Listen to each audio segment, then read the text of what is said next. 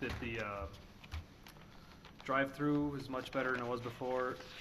I think some of the, to me, still seems 60 parking spots for that building seems way overkill to me. I know we don't know what's gonna go in there yet, but boy, that seems like a lot of asphalt. I don't know, Mr. Sayer talked about how the tenant would incur some additional costs if we did on east-west, the location. I think I'd still like to see that at this point, east-west, and so I'll be voting no. Questions, comments, potential motions?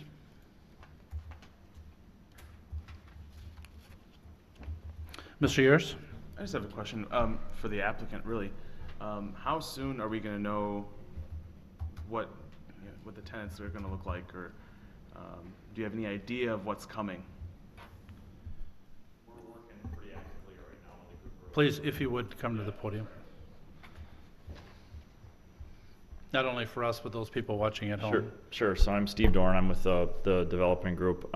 We are really close with 2 or 3 retailers, like within a week of signing leases. And at this point, they've asked us to keep it confidential because they want to be the ones that present to the market that they're coming.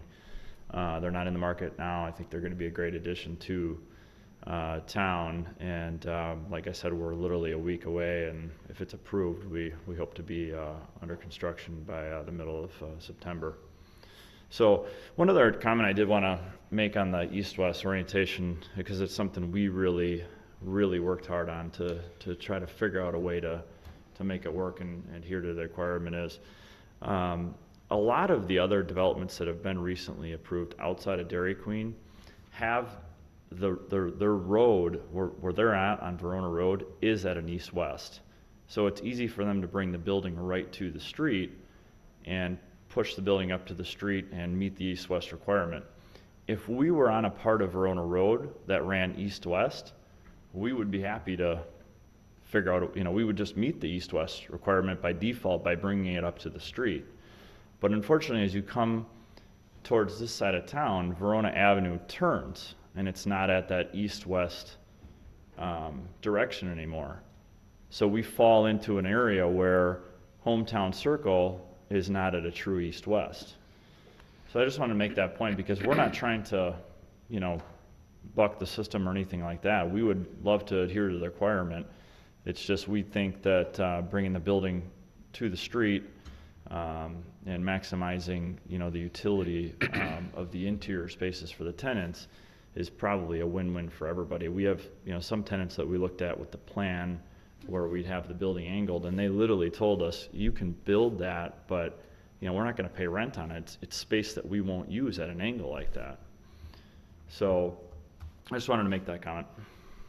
Thank you. Mr. Linder? Okay. Follow-up questions on that? Sure. So if you do it east-west, you're gonna lose square footage? We would primarily lose, one of the two. We would either lose, we would lose square footage and parking. Yeah. How much square footage do you lose? We looked at it, and the building would be cut by at least a third, because we'd lose the parking. Because the drive-through would be, Well, the drive-through just simply doesn't work anymore, because we can't get it to lay out. So we'd lose the drive-through for sure at an east-west.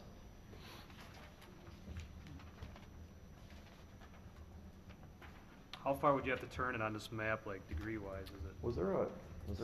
Do you have a? I think there was a. I think we took a. See that? Fast.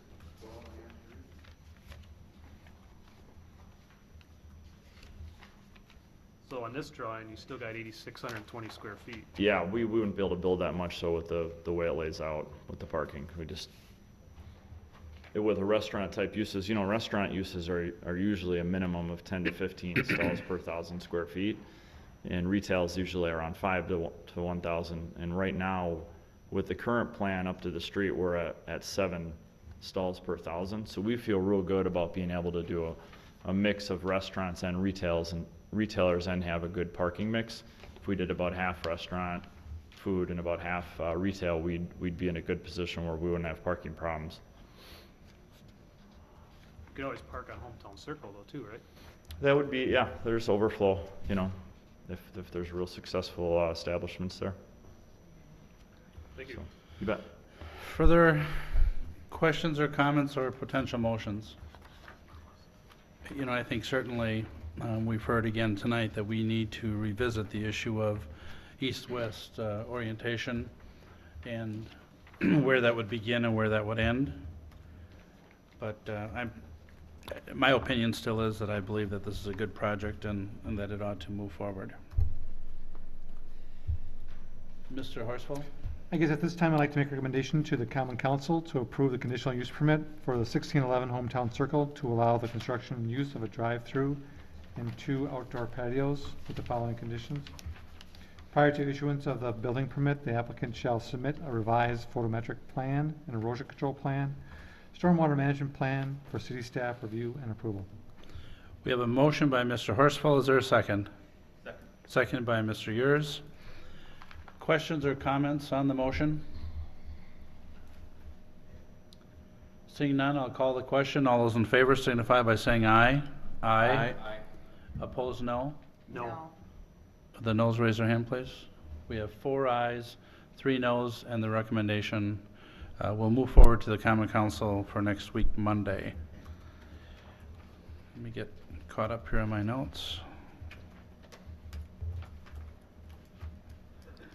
Okay, the next item, item B, is site plan review to allow for the construction of a 8,620 square foot multi-tenant commercial building located at 611 Hometown Circle.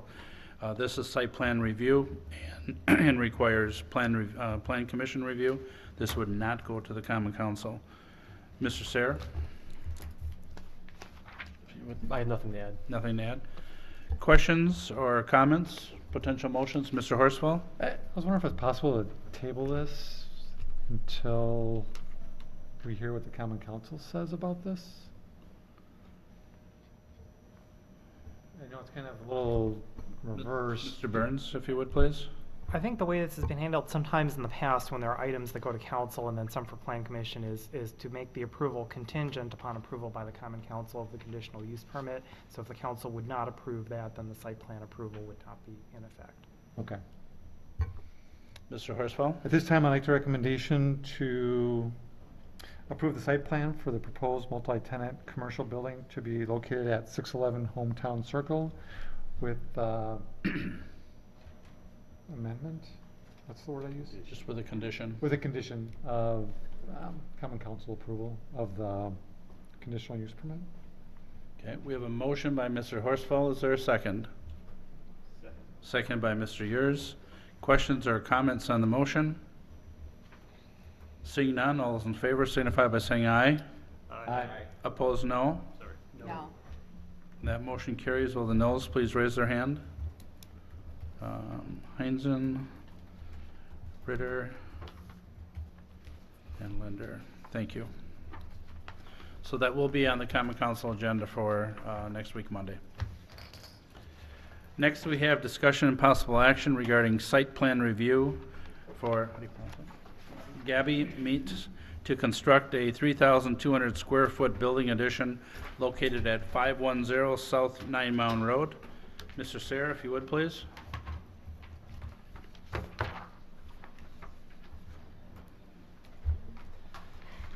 Thank you. Gabby Meats is proposing to construct a 3,200 square foot addition on the back of their existing facility on 9 Mound Road.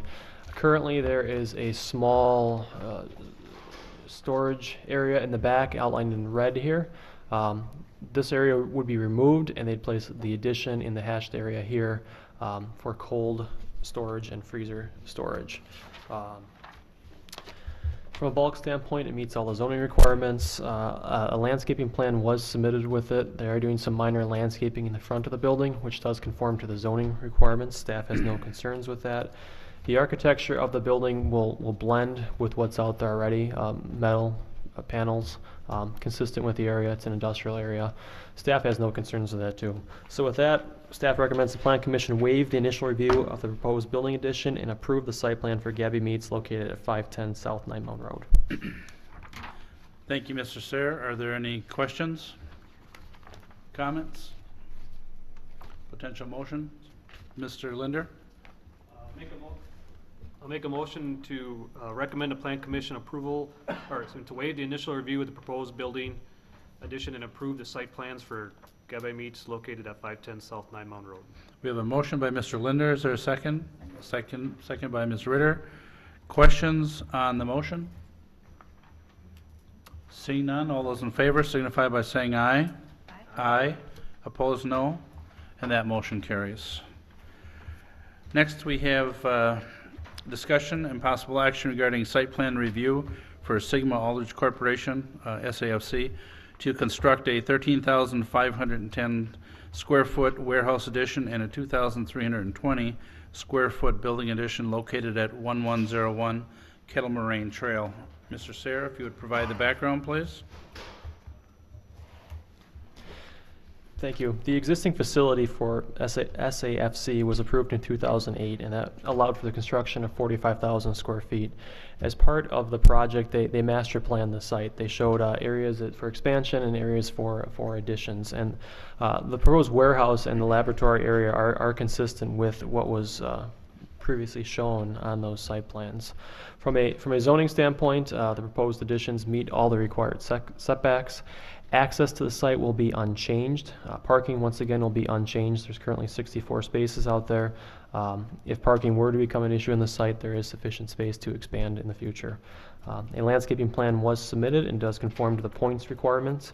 The proposed addition will add approximately 16,000 square feet of impervious surface. Detailed stormwater management plans and erosion control plans have not been submitted yet, but they'll be coming shortly. Architecturally, the building is consistent with the materials that are located on the site, which includes brick and metal panels. It will match. There are some daylighting windows on the top here of the warehouse to provide lighting to the facility. The laboratory in the rear will blend with their existing structure as well. And overall, staff is comfortable with the proposed addition. So with this, when this initially came forward, there was a schedule to start construction this year, and I said to them, I said, well, we looked at this in 2008, it was master planned. I said, would it help you out if we could recommend to the Plan Commission to keep this moving forward? And they said, yes, that would actually help out the construction schedule. So with that, since for a timing issue and try to help out an expanding company in the city, staff is recommending that the Plan Commission waive the initial review for this, since it was master planned in 2008 and shown then, for the proposed building addition, and approve the site plans for SAFC located at 1101 Kettle Moraine Trail with the following condition: that an erosion control and stormwater plan be submitted and approved by the city engineer prior to the issuance of building permits. Thank you, Mr. Sayre. Are there questions or comments from the Plan Commission or potential motions? Certainly, SAFC has been here for a number of years. They've been a good partner with the city. They provide good employment. They really do a good job, and I support their proposed additions. Questions, comments, potential motions? Mr. Lytle? Is there a representative from SAFC here? Just, is it possible to request a little bit of Sure. narrative about what you're going to use the additional space for, and what prompted the need for the additional space? And again, if you would please identify yourself. My name is Bill Honkin, and I'm the engineering manager with SAFC. So quite simply, it's growth. We're having a good, we do have a good customer base. We're continuing to grow. We actually have a site in Madison as well as the site in Verona. Madison is the landlocked site. That was the original reason SAFC came out here to the technology park in Verona in 2008. We do have, as mentioned, the master plan activities. So this is kind of actually that first step. We do have plans in the future, provided that obviously business continues to grow well. So it is both storage capacity increase as well as manufacturing spaces for us. Any further questions, Mr. Linder? Is it going to add in employees? Yeah, we do have headcount increase expectations with this. Right now, we're expecting about 16 employees. These would be laboratory, chemists, et cetera. So,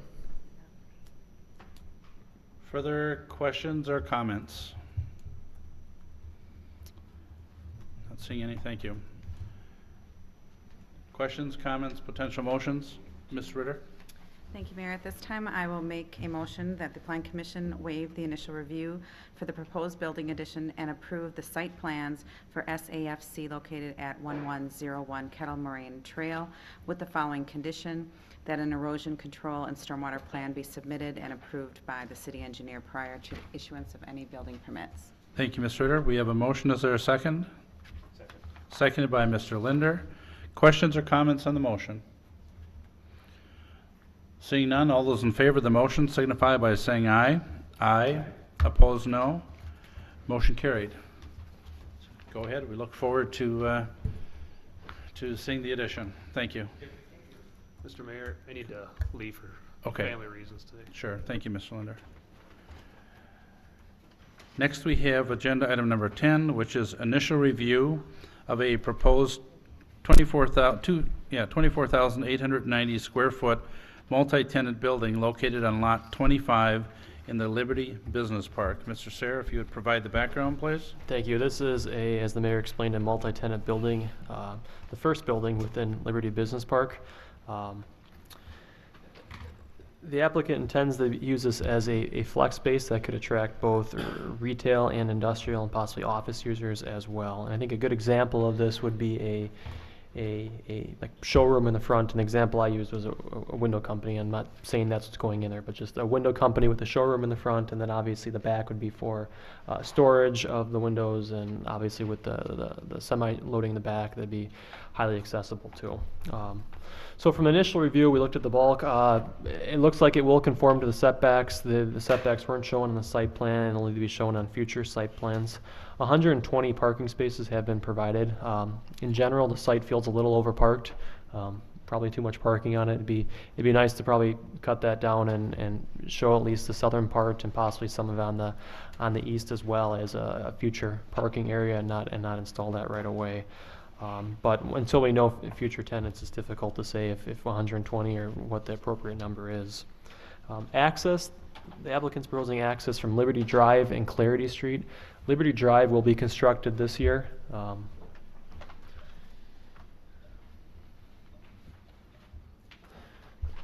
It'll be constructed approximately into approximately right about here, and it'll be a cul-de-sac bulb for the near term, the short term. So that will be completed by the end of 2013. Access right now is shown on the southern end of Liberty Drive. One of the concerns we have with this point is there's a median running through here, so this access most likely be limited to a right in, right out. So it's something the applicant will need to take a look at, and we encourage them to move it to the north to avoid that median.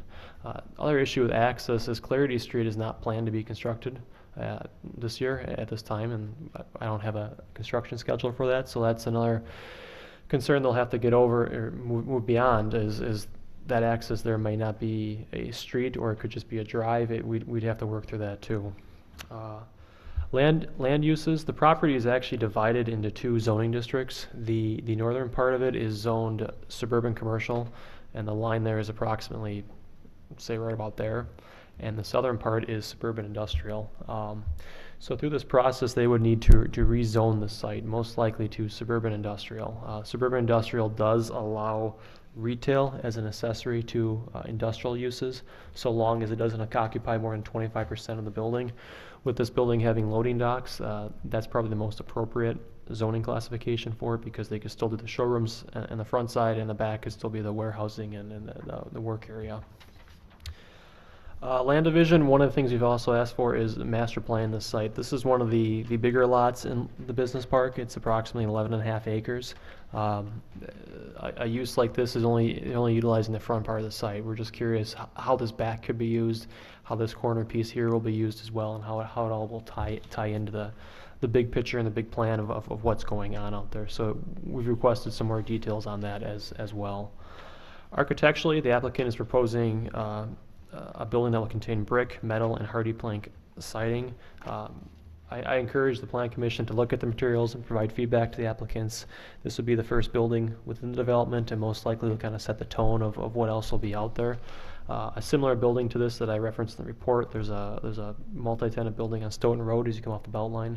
very, very similar to this, and it's got the same kind of look to it. So if you're on the east side of Madison, you can always take a look at that or look at Google Maps as well, but that's a similar building to this. One of the comments I have initially is that the building is quite long. It's approximately 300 feet in length with another approximately 80 feet once the addition is added on. Things at that length can start becoming repetitive, so I'd recommend that the applicant break the building up, either break it into two separate buildings or look at maybe a central feature of a small courtyard or something that would actually break the building up so it's just not a long line of the same looking businesses over and over. I mean, it's 300 feet or almost 400 feet once with the addition, it becomes a long distance. So I would encourage the applicant to take a close look at that as well. So with that, staff recommends the Plan Commission review the submitted materials and provide feedback to the applicants. Thank you, Mr. Sarah. Questions or comments at this point? Is there anyone representing the applicant that wishes to speak?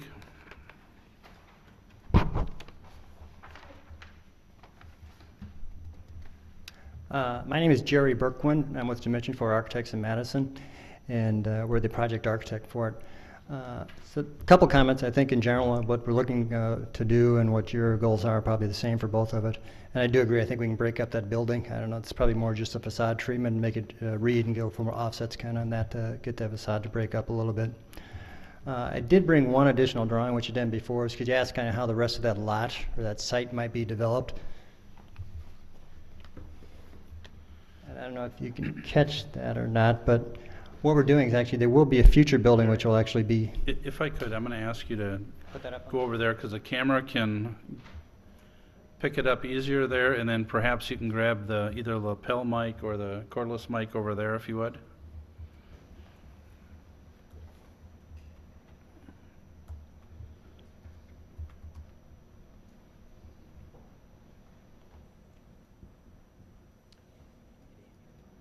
Am I good? You're good. So what we're looking at, this is that first building that we're talking about, which is on Liberty Drive, and we will actually move that curb cut to get us past that island on there so we can go both directions off of that curb cut. But the other thing we're looking at is actually on this corner along Laser Street, that we will actually then be probably more, I'll say targeted more toward like commercial and retail development along that. And that corner, and that prominent corner will actually be phased in more into that second building. So this first building, we want to get activity along Liberty Drive to show construction and face out toward that street. But then as Laser Street's developed, then the rest of that actually will be developed in that direction. That still leaves us in the back lot. And I know that street will go through in the future on that, so there's still good potential there that that's probably something that's a little less visible and not quite as more commercial or retail developed, that it's actually probably more of a, not industrial type of use, but something that doesn't need a front door on the street quite as much. So this site is larger, but I think the importance is as they're coming to Liberty Drive to show activity that's going on in the street, that we want to develop this portion first to get that activity at that area.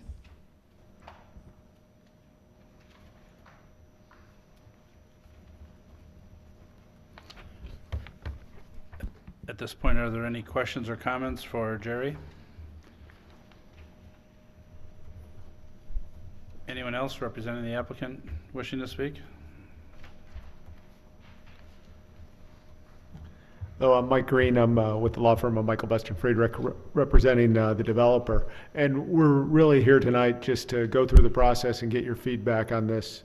And one item I just wanted to point out is I noticed in one of the notes as to why we were starting where we were starting. I think the idea is that's the end of the road that's going in now, and trying to bring people out to that so we could fill in behind it while the road's being developed. So that's the logic behind this. We have talked to a number of tenants that would go in here.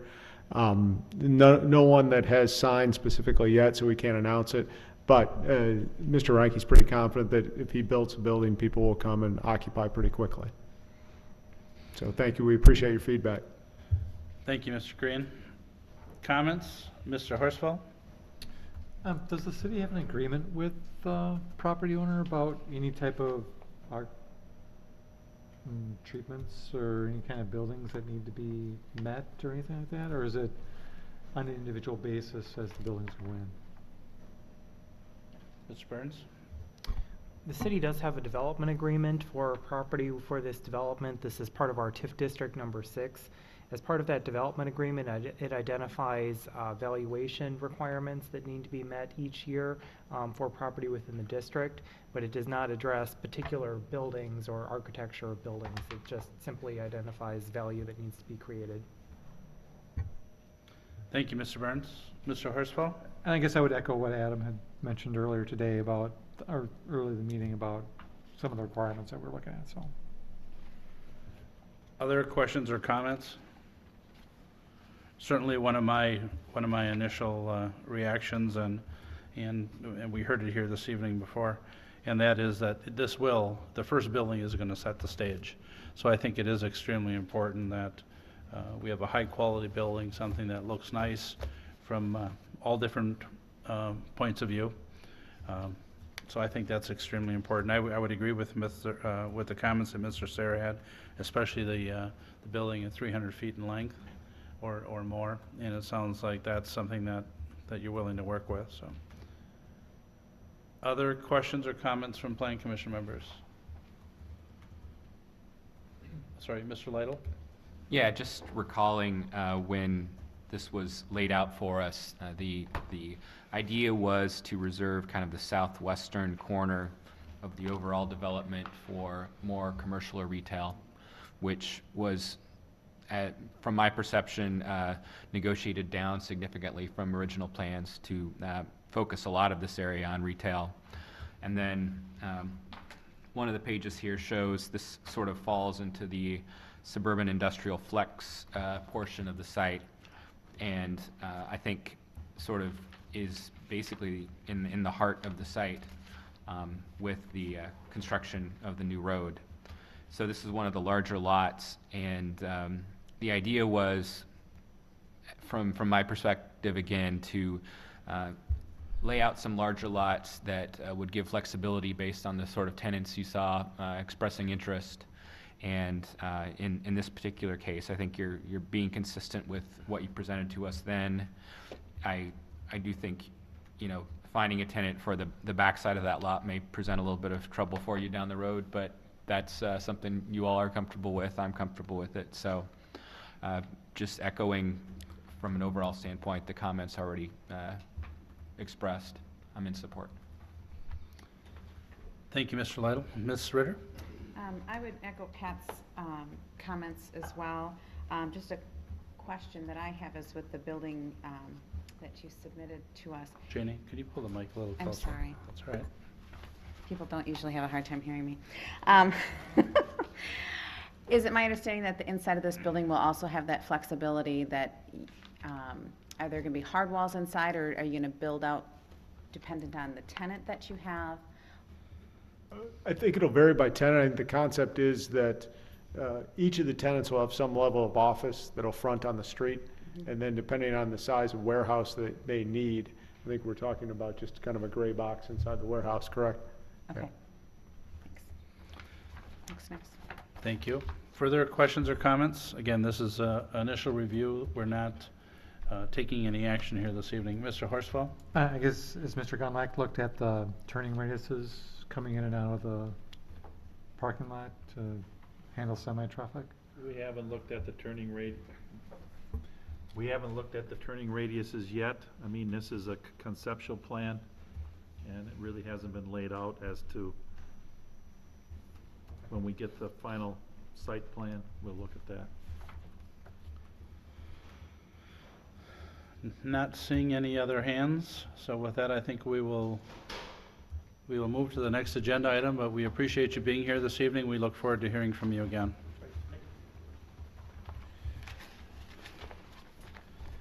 Agenda item number 11 is discussion. Again, no action. Discussion.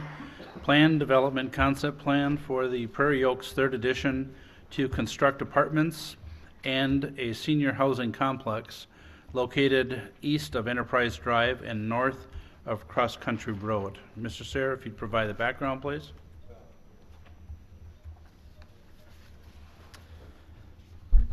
Thank you. The applicant is requesting plan development review, and this is the concept phase. So this is the first step, or I guess technically the second step out of 4 in the plan development process to construct 219 residential units. In 2005, this site was approved with the plan development, and two of those buildings were constructed. It's the two buildings on Enterprise Drive, right along here. I believe they're condominiums. And due to the recession and market considerations, nothing else was constructed. So the site is sat vacant until now, when the applicant is now requesting to start the plan development process. And since the one in 2005 expired, they have to start from the beginning.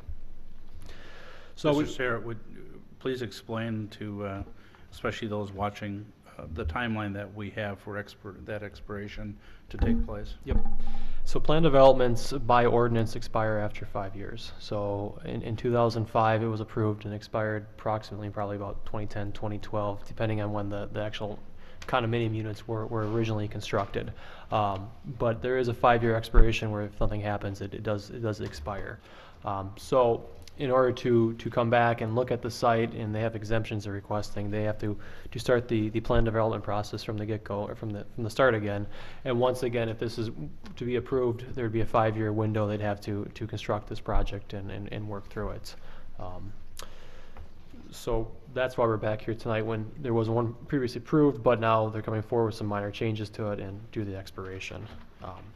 From a bulk standpoint, they are requesting an exemption to the 25-foot setback. Staff is open to the exemption as long as it's consistent with what's out there already. We want to make sure this project looks similar to the other development that's in the area. They're proposing four apartment units. It'd be along Enterprise and the Public Street B, and then 2 units behind the existing condominium buildings, and then also one building that would be adjacent to the stormwater pond. Those would be the apartment units, and then the square building in the back with the T, that would be the senior living facility. One of the comments that staff has had initially is regarding this building right here, which is building C. I recommend that they break that up into 2 smaller buildings due to the fact that it's adjacent to a fourplex here on Enterprise Drive, and due to the scale of the other the apartment buildings in the area, it just seems more appropriate to probably cut that in half and make that a little bit smaller to kind of break up the scale and the massing of that building. Conceptually, the applicant is proposing to utilize underground parking for all the buildings and supplement the rest of the parking with surface parking. They are requesting an exemption from the parking requirements for 2-family or 2-bedroom units. Staff is comfortable with an exemption as long as it's consistent with past exemptions that have been approved for other apartment projects. Stormwater plans have not been submitted yet because this is conceptual. Most likely they'll be utilizing the existing pond that's in the area. Architectural details have not been submitted as well. The applicant states that the buildings will be consistent with the other structures in the area. Staff is comfortable with that so long as they're consistent with the condominiums that are out there already. And those buildings have porches, patios, and brick materials on the first level. So we would encourage the applicant to look at that and base their building designs on what's out there for the condos. Other exemption that is being requested is a density exemption. The ordinance allows up to 12 dwelling units per acre. The applicant is requesting 12.47 dwelling units per acre. Staff feels this is probably a minor exemption, so we have no concerns with that request. The roads have been laid out the exact same way they were laid out in 2005. Nothing has changed with that. Another feature that they're proposing is to extend the existing pedestrian path that stops at Enterprise Drive just south of the fourplexes, extend that to the east to Redden Soccer Park, and also to the south to Cross Country Road. Staff supports that. That's a connection that is important to making sure kids can get to Redden safely, and also getting people on bikes and pedestrians onto cross country and into the county park. So we're very supportive of that. One thing that the city now has in place that we didn't in 2005, as we all know, is we have a residential phasing policy, which was adopted in 2012. That policy provides a target for multifamily development to be approved for each year at 25 to 50 new multifamily dwelling units per year. The policy does provide some exceptions to this. One of those exceptions is to age-restricted housing, senior housing, memory care facilities, assisted living facilities. Approximately 53% of this development will be devoted to senior housing and to memory care facilities, and that's the building that is abutting Redden Soccer Park. So it's important thing to keep in mind as relating to that policy is that the developer is attempting to balance what the policy says with what the market can allow and absorb as well. So we've encouraged the developer to take a look at senior housing, and they've actually done that. So we do appreciate that. Another thing the applicant has provided within their submittal is a conceptual phasing plan. We encourage the Plan Commission and the Council to take a hard look at that. When the residential phasing policy was put in place, one of the considerations in that policy was to encourage plan developments to establish phasing sequencing of how it's going to be constructed and built. That will help control the number of units constructed each year. So I guess I'll encourage the Plan Commission to engage the applicant in what your comfort level is in the construction of this project. The applicant is proposing to proceed with the apartments first. I think they want to do a couple buildings a year initially, and then the last phase would be the senior living facility. So they would work from the west to the east. So I encourage you to engage the applicants in that discussion of what your comfort level is to the phasing of this and how many units you're comfortable with each year.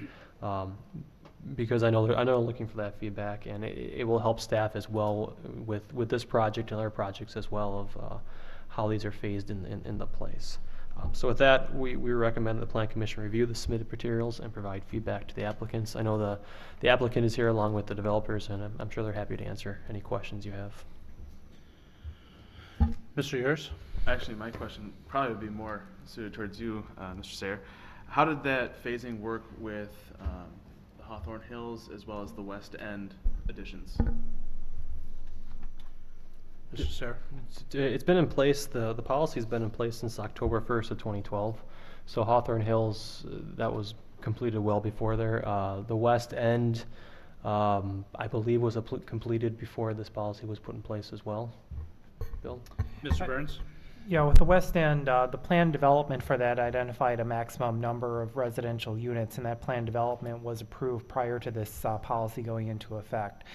So in effect, we have not had a project that would be subject to the limits in the policy come forward. This would be the first one that we're reviewing under that policy. Other questions or comments? Or is there anyone representing the applicant that wishes to speak? If you would, please come forward.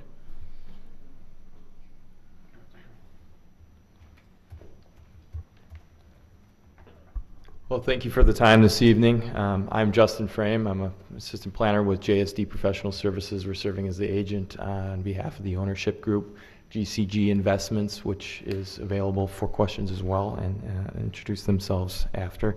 I'll keep it very brief. As Adam mentioned, and building on what his initial overview, many of the major components of this plan are consistent with the initial GDP that was submitted in 2005, namely the amount of units, 261 approved units, 42 of which have been built in the Sawgrass condos, leaving a difference of 219, which is consistent with the GDP that we plan to submit. The site itself and the density, again, has maintained consistency with the GDP. It is the intent of the development team not to alter significantly the on-site stormwater detention basin that is present. As we discussed briefly, getting into the phasing plan, we began working through this approach, if you will, and looking at phases both from an overall standpoint and also the initial phases of the residential development, being phase 1 and phase 1A and phase 1B within a phase 1. It is the intent of the developer to look at phase 1 for 2013 and phase 1A phase 1B for 2014. We would like some feedback on the feasibility of approaching the project this way, both from an approval standpoint and the City of Verona's phasing policy, and as well as from a construction standpoint. Certainly there are efficiencies in contiguous construction phases and public improvements that are involved with this project. With that, I'm available for any questions, as well as Gary Buns. Thank you. Questions for the applicant at this time? Mr. Horsfall? Yeah, I guess Adam mentioned about having building C be broken up into 2 buildings. Is that what you said, Adam? Or something? What were the developers' thoughts about that?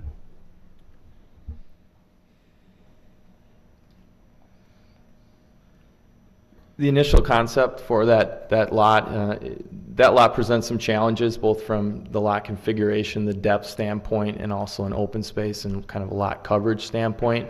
We looked at initially 2 buildings and incorporating kind of a split concept. And as we looked at that concept, that really drove a minimal opportunity for open space, both from a open space landscape and screening to potential future development to the north, but as well from a site parking standpoint. We worked, kind of grappled with this site a little bit and trying to provide the maximum amount of site parking that we are able to obtain, knowing the unit allocation for that site. And that's really what drove more of a condensed single footprint as opposed to a split footprint. We try to provide the parking to the east of that building. We are open to discussion at this point from a concept plan standpoint. Again, the site has its own set of challenges, both from just the configuration standpoint and an access standpoint. We are going to look at accessing the underground parking from the public right-of-way, so in front of the building as opposed to the rear of the building. That may provide more of a transition to future development to the north, and more of an open space area to the rear of the building. Does that answer your question? Yep. Thank you. I got to follow up though. Are the buildings all 2-story? The buildings are all 2-story. The senior component would look at a 3-story component of that overall structure. And we're looking at kind of the configuration of that lot and what makes feasible approach to designing that building. Thank you. Other questions or comments? Mr. Horsfeld? Not to you, but it feels apartment heavy for the phasing. I know we've approved a lot of apartments recently, and it's just a feeling more than numbers. So Okay, I'm going to ask Justin or someone else if they'd come back up, because I have a couple more questions. In the recent apartments that we have approved, the multifamily, we really took a look at the quality. We think that that's important. We believe that we've raised the bar, and we want to keep that bar at the level. Have you looked at the quality, some of the interior quality, number one, and then number two, I'm wondering, what about size of the apartments? Are you looking at a mixture of 1 and 2 bedroom, or what are you looking at?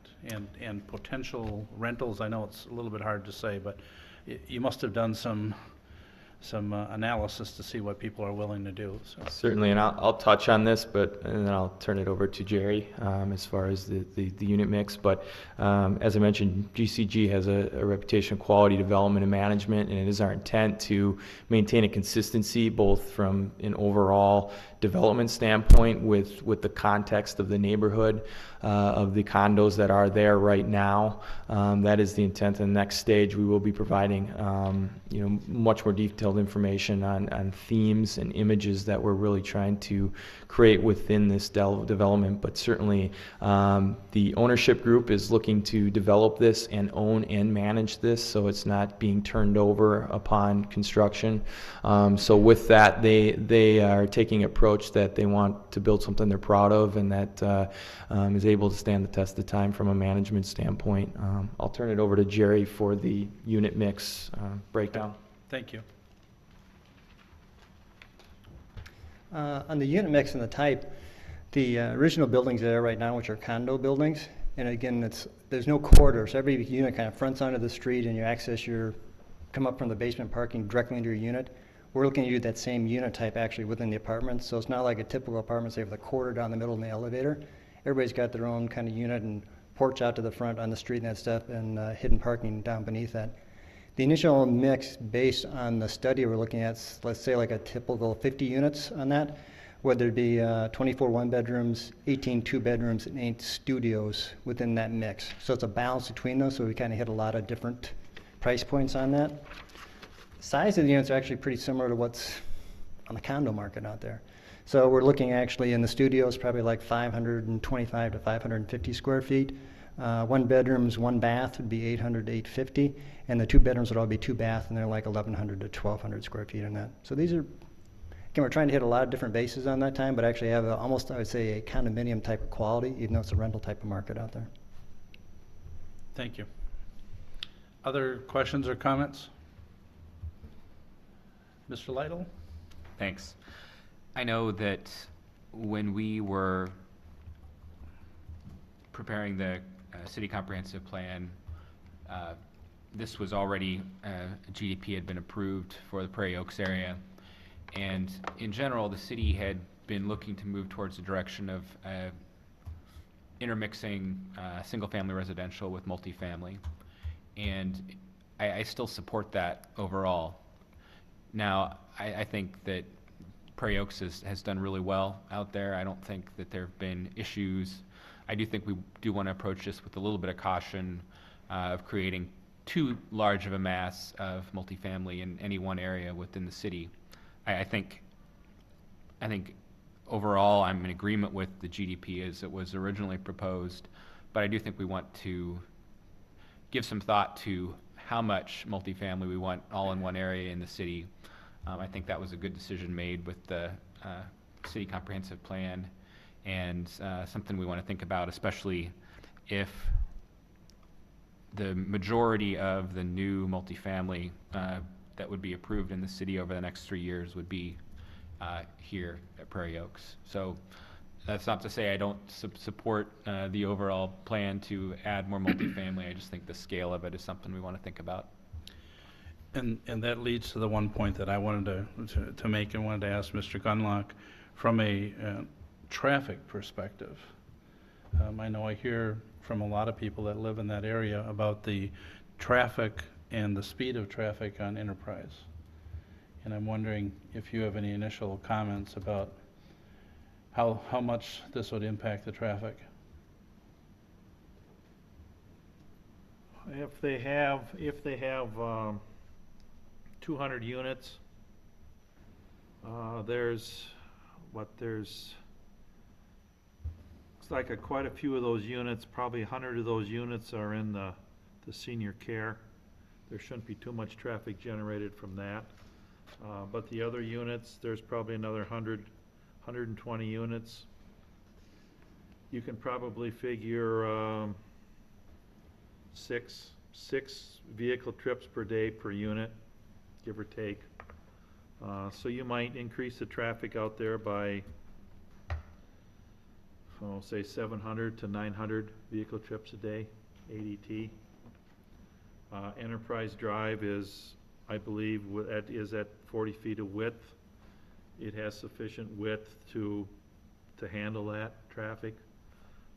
Speeds, again, if speeds are up, again, I don't know if they're looking at more of a senior housing here, or if they're looking at these are going to be more towards Epic employees. If they're towards Epic employees, speeds will probably be up, and we'll have to look at some traffic calming, maybe some stop signs, some speed humps or something. Okay, thank you, Mr. Gunlock. I mean, as far as the number of units, what I saw is that in phase 3, there'd be approximately 111 in senior housing units, which I really like to see that because it's needed.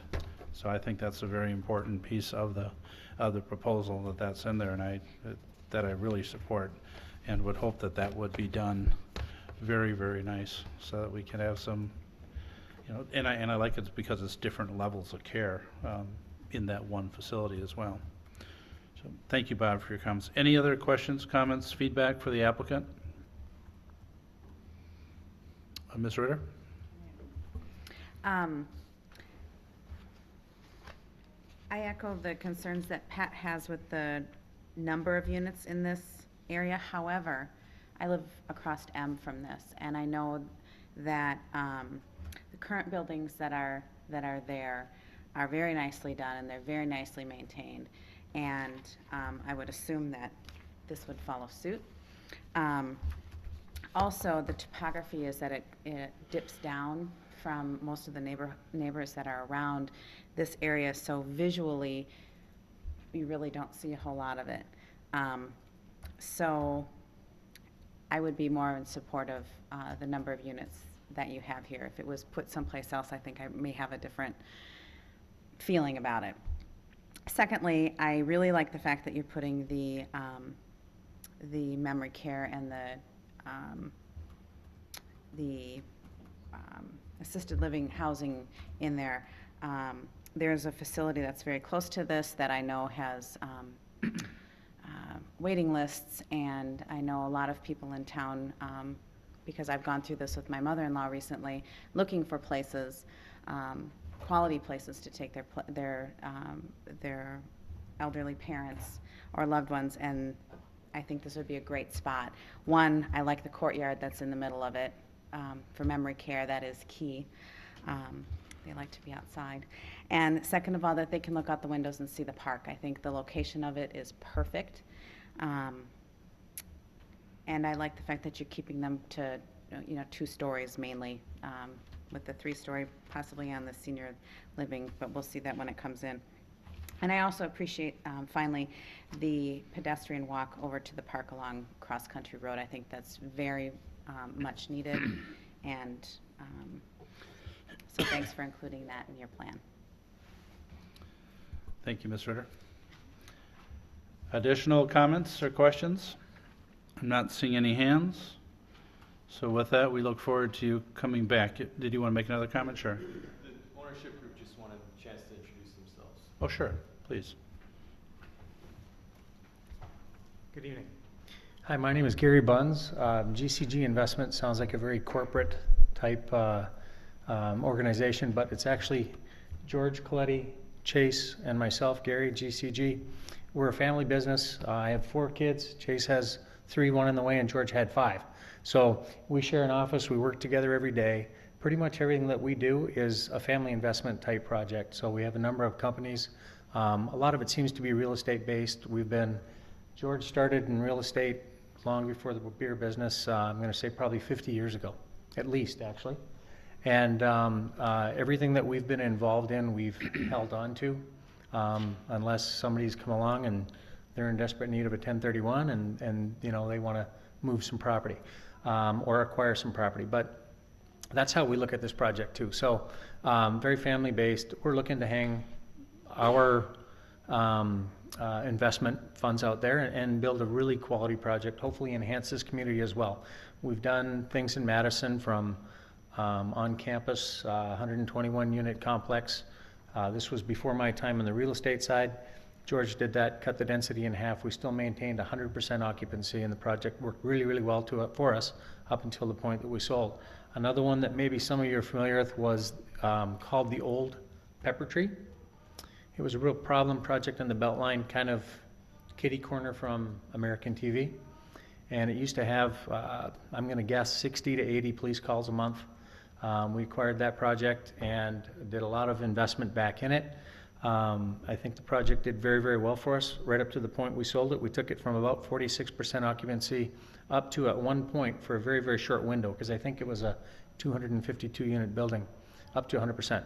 So we ran in the 90s, I think, after we had some traction and turned this property around. It was another good project for us. We've done other projects in Milwaukee and Menominee Falls. I think our track record is pretty good, but again, it is a long-term investment hold, and we don't see a return unless obviously the building is a quality building that we can hopefully fill and keep maintained well and filled. So we're looking forward to this project. We're looking forward to the senior housing and how that turns out, and any feedback greatly appreciated. One other note to make, as we've kind of proceeded through getting this restarted, we've already had a meeting in one of the condos with our existing condo association, just to bring them on board, talk to them about what our plans are, kind of give them a look at conceptually what Justin's proposed for us, and it was very well received. So they have our email addresses. They've come up with some nice ideas for us, and they're very interested in us putting a higher quality architectural program together for them as well. So any questions, any feedback would be great. Thank you. Thank you. We look forward to seeing you again. With that, we will move to agenda item number 12, and this is discussion regarding amendment to the city ordinances to allow for the keeping of chickens in residential zoning districts. And Alderperson Yurs had requested that we put this on the agenda. And with that, Dale, I'll turn it over to you. Yeah, this is just an opportunity to start the discussion. This is also going to have to go to both the Public Safety Committee and the Common Council as a whole. But the Plan Commission also plays a role in this. We would have to look at ordinance code chapter 13 and rework some of the language in there so that rural animals could also be kept in the city.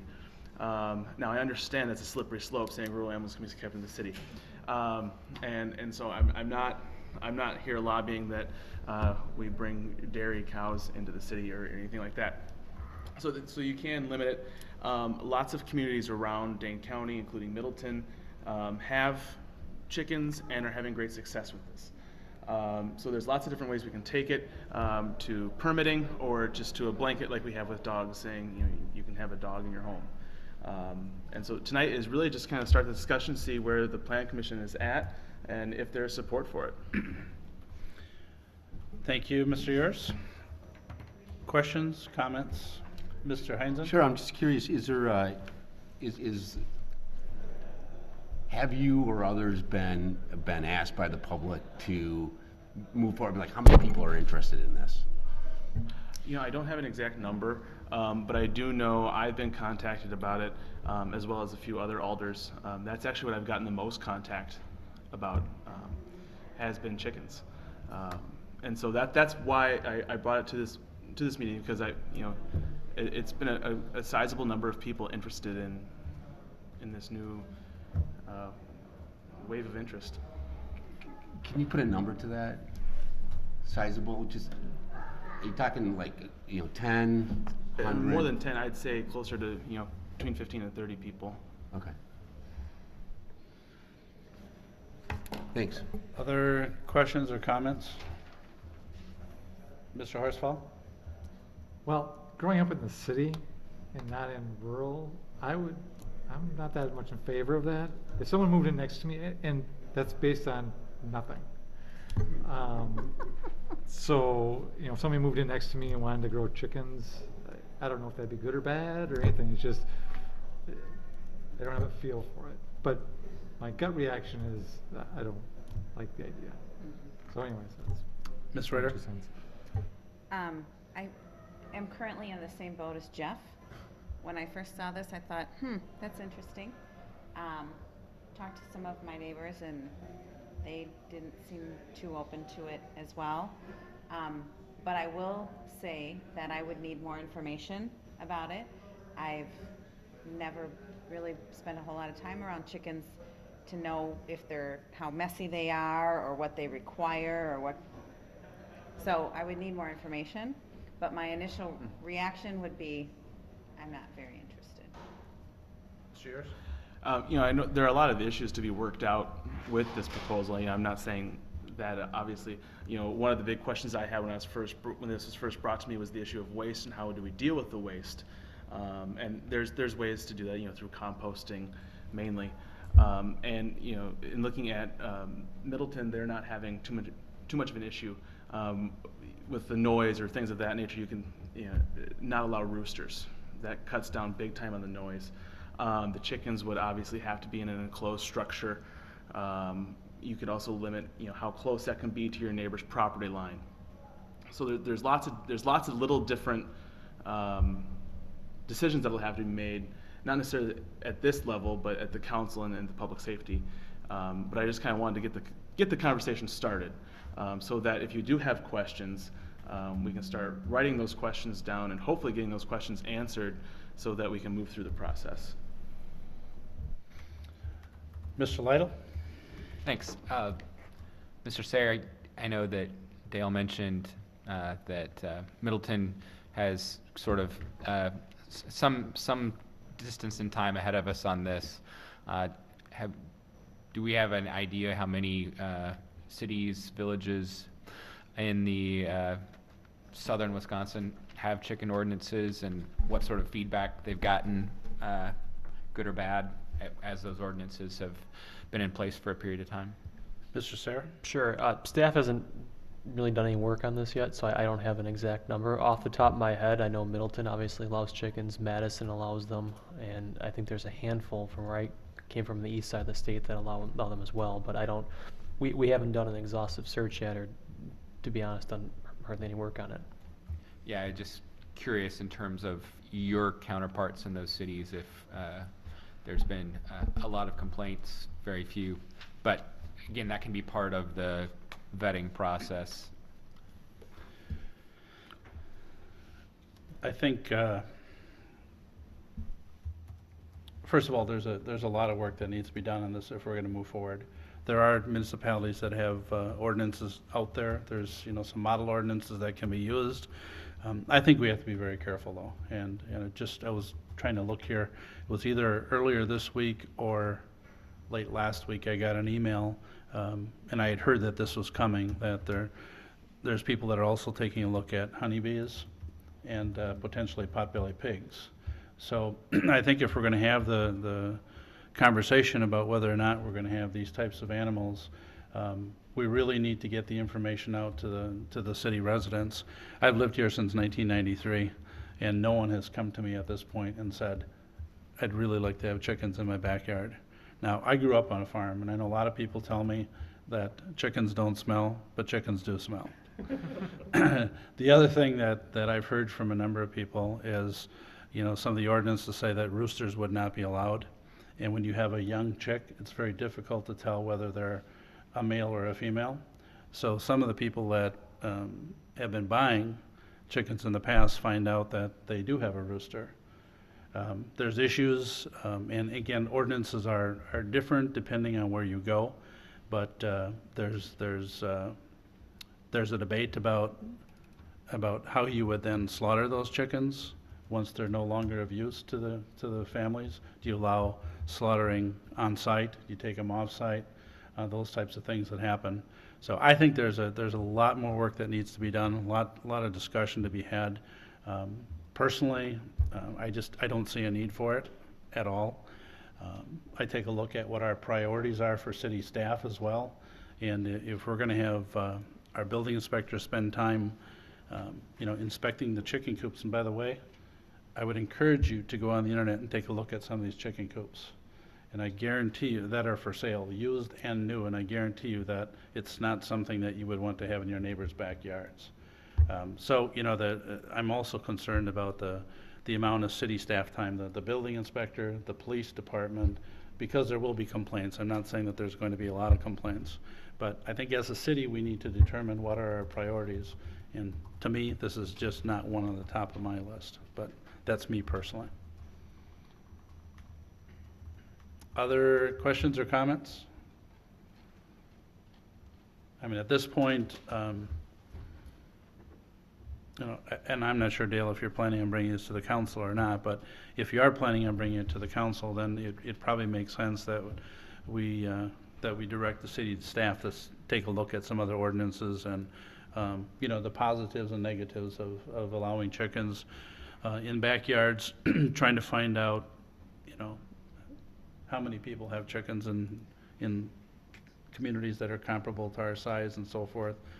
Just the typical questions that we would ask. I think those are things that all of us would want to know. Well, I think I do plan on bringing it to the council. I spoke with Adam earlier before this meeting, if there would be a public hearing, because I know there's a lot of people who want to come and speak before both the Plan Commission and the council as a whole to express their desire to have chickens. I know, Mr. Mayor, you probably haven't had many people, but I've lived in town just as long, if not a little bit longer, since '91, and this is something that's kind of become it's a new trend. We didn't hear back in the '90s when I was growing up. I mean, we were still a much smaller community then, and this is a new wave. This is something people are looking at, and I've been contacted, and I feel they at least deserve to have the conversation and for us to figure out the information. Yeah, no, and I completely agree with you. One of the other comments that I have been hearing, and we'll have plenty of time to debate this issue, But in fact, in one of the listening sessions that Alderperson Ricky had, the individual started by saying, "I moved out of Madison to get away from this. I don't want Verona to turn into Madison." And those are some of the comments that I've been hearing as well. So I just think that if we're going to do it, number one, let's have the discussion, and number two, that if we're going to do it, let's make sure that we do it right. Any further discussion? If not, there's nothing else on the agenda. A motion to adjourn would be in order. We have a motion by Ms. Ritter, seconded by Mr. Horsfall. All those in favor of adjournment signify by saying aye. Aye. Opposed, no. Motion carried, and we are adjourned. Thank you, everyone.